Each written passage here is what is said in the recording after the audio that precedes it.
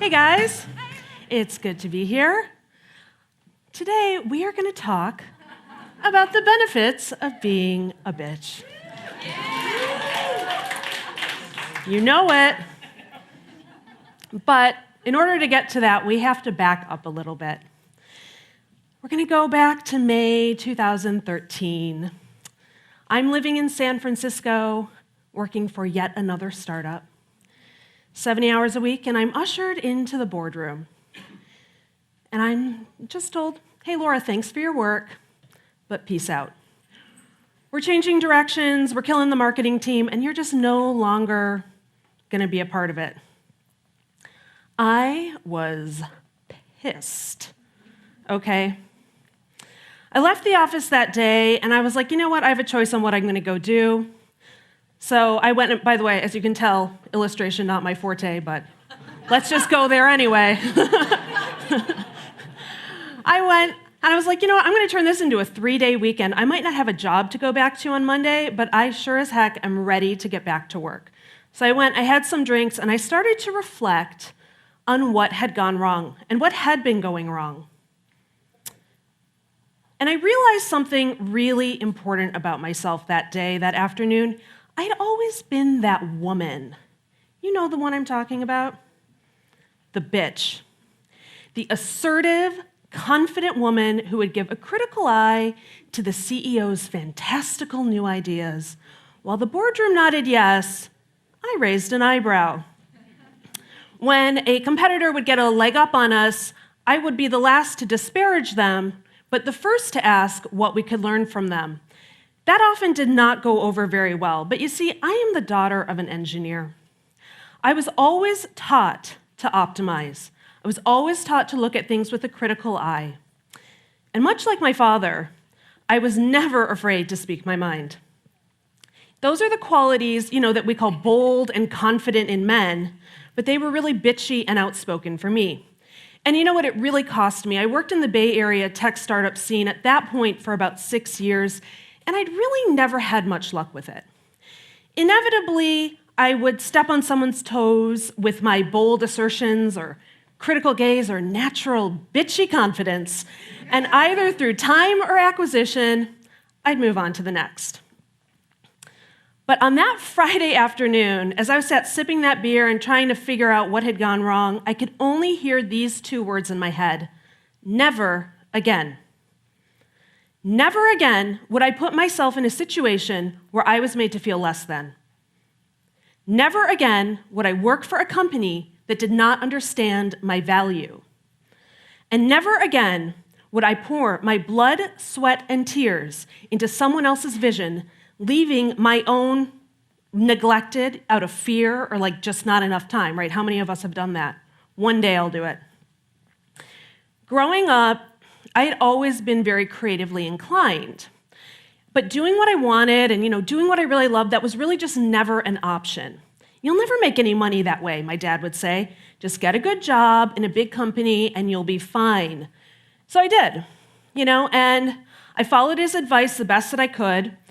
And at least for the first part of my career, I left most of my dreams on the cutting room floor thinking, maybe I'll do those some other day when I've got money. But the definition of insanity is doing the same thing over and over and expecting a different result. And I was feeling really crazy. And I saw that the kind of path I was on was not going to lead in a direction I wanted to go. And I knew I needed to change lanes. I needed to go another way. So I'd always wanted to be an entrepreneur, to forge my own path. But like most individuals who are trapped in a job that they hate, I had no idea how to get out. I had no idea how to find clients. I thought I had no choice. But now being forced into this situation, I had no choice but to just do it. So I decided to market myself as a creative marketing consultant.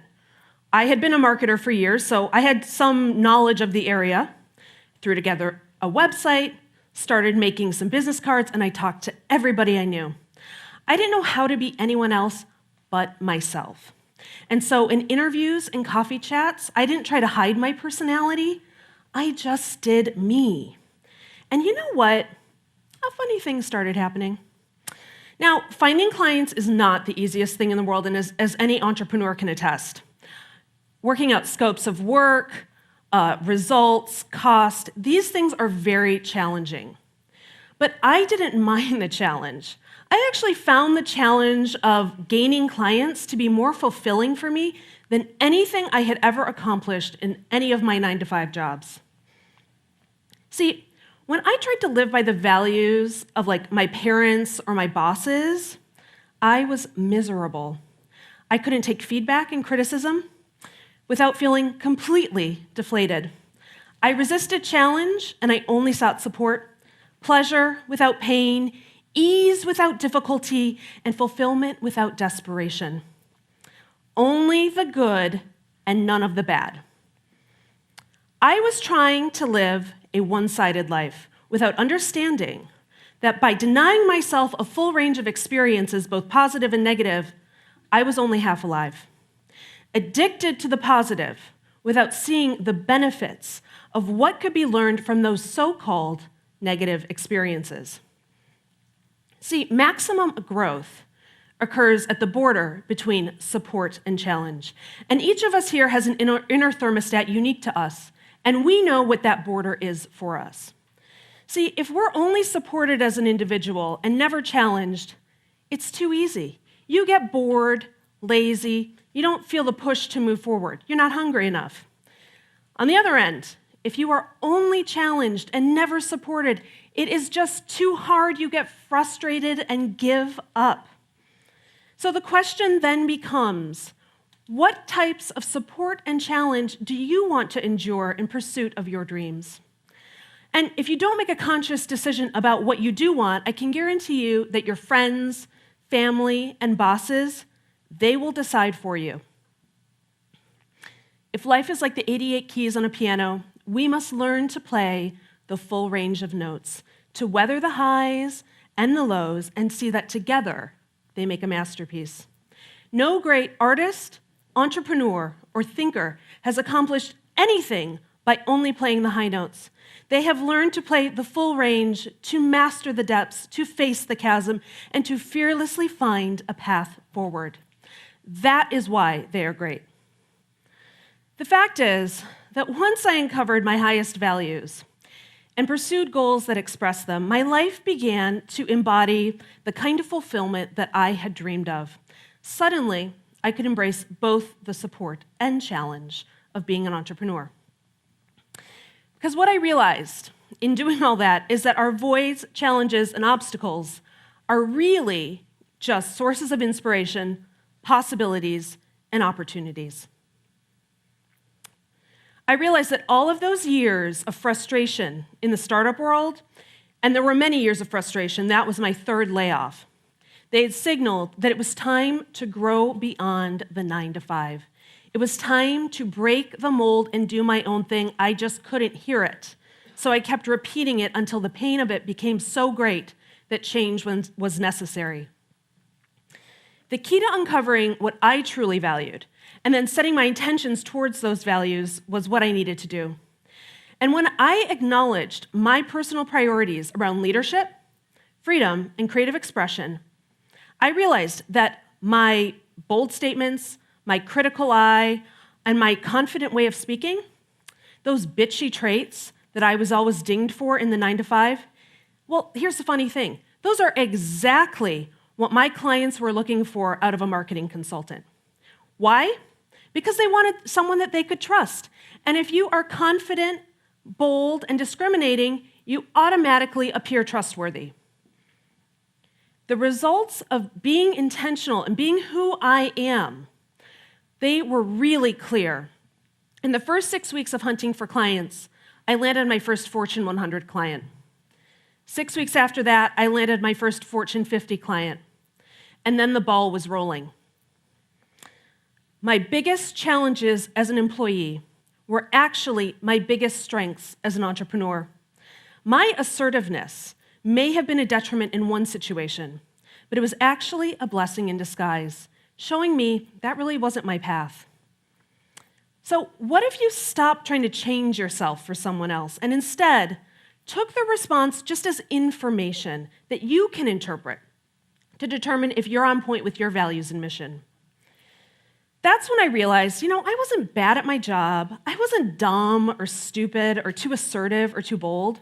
I was just in the wrong job. Henry David Thoreau wrote, "The mass of men live lives of quiet desperation. What is called resignation is confirmed desperation." Thoreau understood that most people do not really tap into what really inspires them. Instead, they subordinate to social idealisms around what they should or ought to do. But if you don't fill your day with things that inspire you, you will fill your day with things that don't. Nobody likes to be shoulded upon. When we are not aware of our own values, and particularly when we believe we should follow another person's values, we are likely to experience anger, blame, betrayal, criticism, conflict, challenge, depression, and experience frustration and negative self-talk. We've all been there. Our values reflect what we perceive to be most lacking in our life, the seeming difficulties, challenges, and obstacles that we have faced. Now, here's the important point. Your hierarchy of voids determines your hierarchy of values. What you perceive to be most missing in your life is what you will most value. Now, these things often start in childhood. Here's what I mean. I grew up in a household where I was told to follow the rules, go to school, get good grades, get a stable job, start a family, retire, and die. To put it simply. But here's the thing. Leaders make their own rules. They don't blindly follow societal norms. But listen, my father's greatest challenge had been to get out of a life of poverty in Egypt and come to the United States and build a stable life for himself. It made sense why he valued education and job stability so much. But the gift that he gave to me was that stable environment. So all I wanted to do was grow up, explore, express, and be free and forge my own path. When I started my business 4 years ago, I dreamed of a life where I could live anywhere, work remotely, and only with clients that inspired me. And you know what? I pretty much got it. I've had the pleasure of living in San Francisco and London while working with some of the most inspiring brands to me on some really fun creative projects. But a couple years into all of this, something was missing. So my creative muscles were just kind of like twitching for more, right? While my business was flourishing, my city of San Francisco was losing all of its creative energy. People were being driven out by the astronomical cost of living, and I began to feel like a creative island on the seas of technology. It was a very lonely place to be, and I really no longer felt creatively inspired. So almost 2 years ago, I made another leap, and I decided to follow my creative instincts to Detroit. I had visited the city over the years, and there was something in the air there that just made me feel like this was going to be the next place for creative entrepreneurs. I had no plan. I just sold everything I owned. I had a couple suitcases, and I drove across the country and moved. And everyone thought I was nuts, most of all Detroiters. That move was really not easy. In fact, I almost left after my first winter here with no friends, no community, and oh my God, the winter. Okay. I was like, what the hell were you thinking, Laura? That was crazy. But I persisted, and I'm really glad that I did. Detroit has provided me with some of the best creative outlets that I could have ever imagined. So today, I live and breathe really a creative life of my choosing. I still continue to consult with companies on creative community and brand building initiatives. I am the co-founder of Creative Salon Detroit, which is an effort to showcase the amazing and diverse talent of our creative community in Detroit. And I am also a leadership coach for women who are looking to empower themselves as entrepreneurs or in leadership roles in their workplace. This is not easy. Okay, none of this has been easy, but it has been totally worth it. So I want to leave you with a couple of takeaways. Identifying your unique values. Let's talk about this. Every individual in this room has a fingerprint-specific set of unique values. We are all living by them, even if we don't realize it. So the key to identifying your highest values is coming up on the next slide, so get your pens out. I've got 12 questions for you. Look at the top 3 places where you spend most of your thoughts, your energy, your time, how you spend your money, what fills your space, where you are most organized in your life, where you are most disciplined, who you spend time with, what you like to talk about, what you like to visualize, what is actually showing up for you in your life, what are you actualizing, and what are you studying and reading. These will give you some major clues into what you truly value because you are already on that path.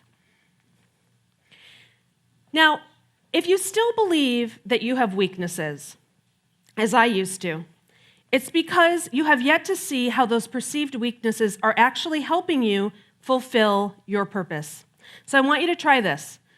Determine those top values, and then determine and look at how your perceived weaknesses are actually helping to fulfill them. I'm going to tell you something. You don't exhibit behavior that is not serving you in some way. Your traits and behavior are all clues into who you are and what you value. You don't do things that don't serve you. Now, if you want to change some of that behavior because you would like to add in different traits, that's an option as well. But first realize you're doing stuff that is actually giving you clues into who you are. So finally, I want to ask you, if you think you're lacking traits, well, I assure you, nothing is actually missing. If you feel like there's anything that you are missing, look for that trait in your life. Look for where you demonstrate that. Start paying attention to where you do that, because I guarantee you that you are exhibiting that trait in some places. You're just not paying attention to it. You're just not noticing it. Finally, when people tell me today that I am too much, too loud, too opinionated, and too bold, all I can say is thank you. It is because of those traits that I am here today and doing what I do. Thank you very much.